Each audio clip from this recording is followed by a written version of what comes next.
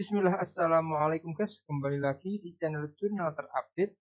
Nah, ini sejumlah legislator Komisi 6 DPR RI, salah satunya Deddy Sitorus, mencecar Menteri Investasi Bahlil Lahadalia terkait pemberian izin usaha pertambangan khusus secara cuma-cuma ke organisasi kemasyarakatan atau ormas.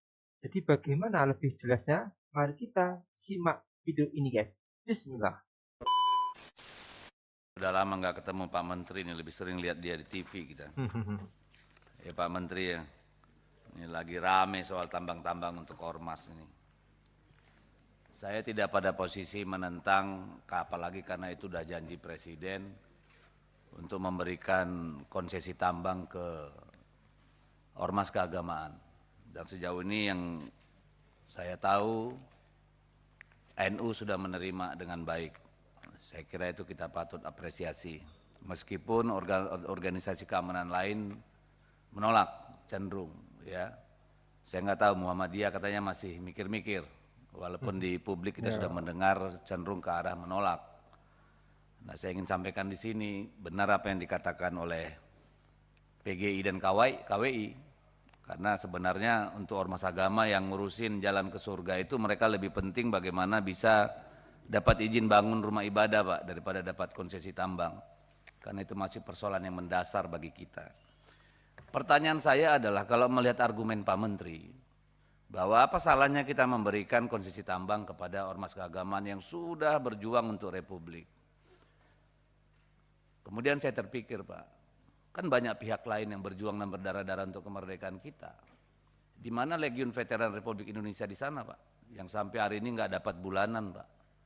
Mereka menderita ya. Kenapa Mas?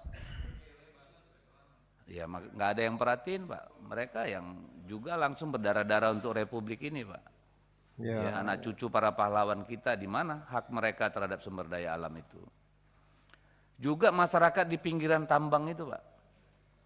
Kapan akan dihargain hak mereka juga untuk menikmati kekayaan alam itu Pak? Apakah hanya karena ormas-ormas keagamaan ini quote and quote dia nggak berjasa dan kemudian juga katakanlah dalam konteks politik memang itu diperlukan. Tetapi keadilan yang paling mendasar itu dibutuhkan orang-orang di sekitar tambang Pak. Masyarakat adat, penduduk asli, di mana hak mereka Pak?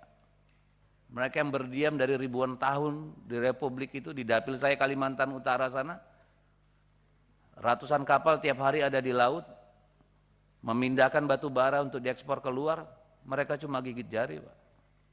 Jangankan tambang, tanah mereka pun diambilin untuk yang namanya plasma dan inting, sampai sekarang konflik semua Pak. Gimana Menteri Investasi memikirkan keadilan substansif seperti ini Pak, distribusi keadilan itu.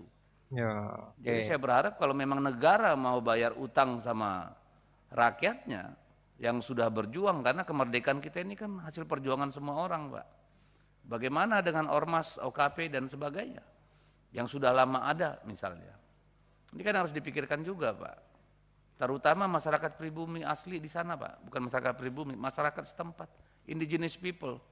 Banyak organisasi adat di Kalimantan Pak, hampir semua desa, kecamatan itu ada lembaga adatnya Pak.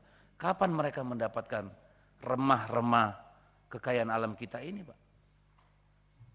Karena tambang itu semua Kalimantan Pak, Kalimantan, Sumatera, Sulawesi, nggak ada di Jawa Pak. Ini gimana kita? Kalau memang serius memberikan keadilan, ya keadilan itu harus berkeadilan. Jangan hanya adil dari sisi elit, itu yang pertama.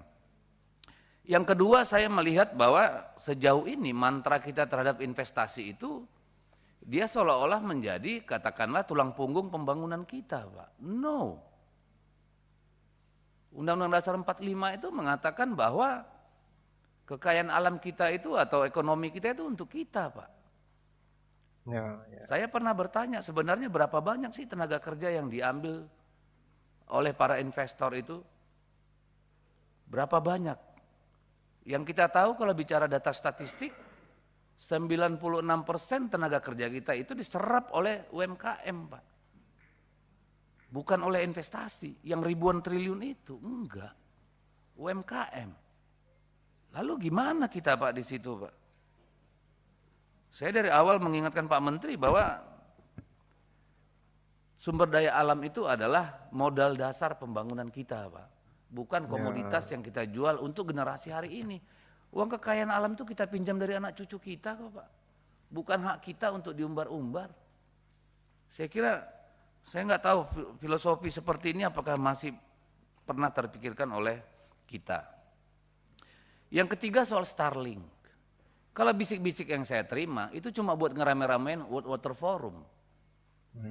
Kehendak untuk menjadikan itu benar-benar internationally recognized. Tapi untuk menghadirkan Elon Musk, kita harus membuka. Starlink itu menguasai dan nanti akan menghegemoni yang namanya industri seluler kita, Pak. Ya. Sekarang mungkin belum, tapi rapidly itu akan ke sana arahnya. Padahal yang namanya Telkom, Telkomsel, Indosat dan sebagainya, itu sudah berjuang berdarah-darah, Pak. Telkomsel harus investasi di satelit. Sekarang ada orang kaya yang kerjanya hanya itu, dia bikin satelit low orbit, seluruh wilayah kita terbuka untuk dia, without due process. Lalu apakah nanti Starlink ini bisa memberikan yang namanya dividen pajak yang lebih besar daripada Telkom dan Telkomsel kalau mereka bangkrut? Bisa nggak Starlink mempekerjakan anak-anak Indonesia lebih banyak daripada Telkom, Telkomsel dan Indosat? Kalau untuk rural areas, Pak, remote areas, saya sepakat Starlink, Pak. Saya pun sudah pasang hampir 20 titik dengan biaya pribadi di dapil saya.